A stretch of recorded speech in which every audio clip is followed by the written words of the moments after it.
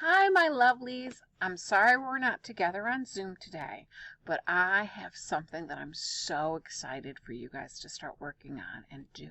It's a type of landscape. That's right. All right. Who remembers what a landscape is? Yes, it's when we see a painting or a photograph or a drawing of the outdoors. It's not a cityscape that has buildings.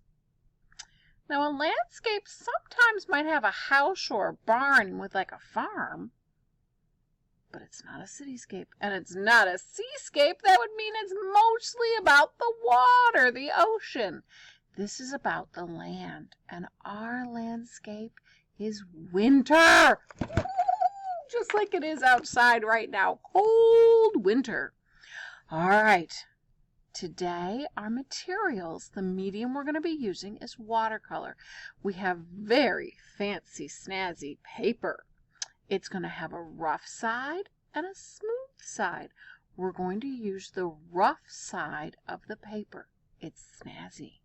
We're going to use a Sharpie marker and then watercolor paint. Our goal is that we can, when we're done, notice our foreground and our background. And let's take a look at what our artwork's going to look like. Whoa! Look at that! Isn't that cool? I wonder, what's our background? What's the farthest thing in our painting? Who said the sky? You're right. It's a nighttime sky. Fantastic. And our foreground? That's right, the white snow hills. Now, I wonder if anybody could guess what the middle ground is. I knew somebody would. It's the trees. You've got it. It's the trees. Now, once we have our paper and you felt to figure out which is the rough side, I'd like you to please look and draw our two humps. Those are the two foreground humps. I'll wait just a minute while everyone does that. Fantastic. Now it's time to draw the trees. Now we're going to do this together. We're going to take our time and do this together. The trees that we're going to draw are triangles. The bigger trees are closer. The smaller trees are farther away. Put some big trees and some small trees. We haven't put on our trunks yet. Oh, looking good. Now it's time for us to put on the trunks. We're using our Sharpie today so that it doesn't blend when the water hits it. And our watercolor paint, that's coming. Now, our trees were not just everyday old boring trees. We had trees with Zintangles. Yay! Those were fabulous patterns. So it's time to make some fabulous patterns inside your trees. Yay!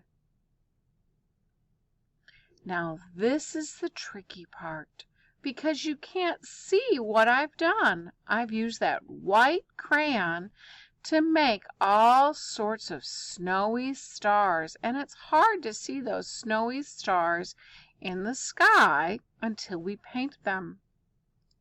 But if you use that white crayon to make snowy stars, you will be able to see that when we paint. Now let's talk about painting. When we're painting, we're going to need to use a lot of water and just a little bit of paint. So we're going to dip, dip, dip, dip, dip that brush in the water and then tap in the paint. And we will use the blue first and fill in our blue trees and a little bit of blue in the background. And then go right into the water and into the purple and wash over the blue background, our sky, to make it blue and purple. And boy, won't those snowflakes and stars show up beautiful. If it's hard to see your snowflakes and stars, you might want to add a little bit of water.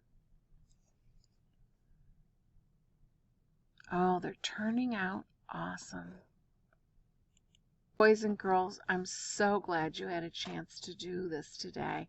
I bet they are gorgeous, and I can't wait. Maybe Miss McIntyre will take a picture of a few of them with you and send them to me. I can't wait to see them.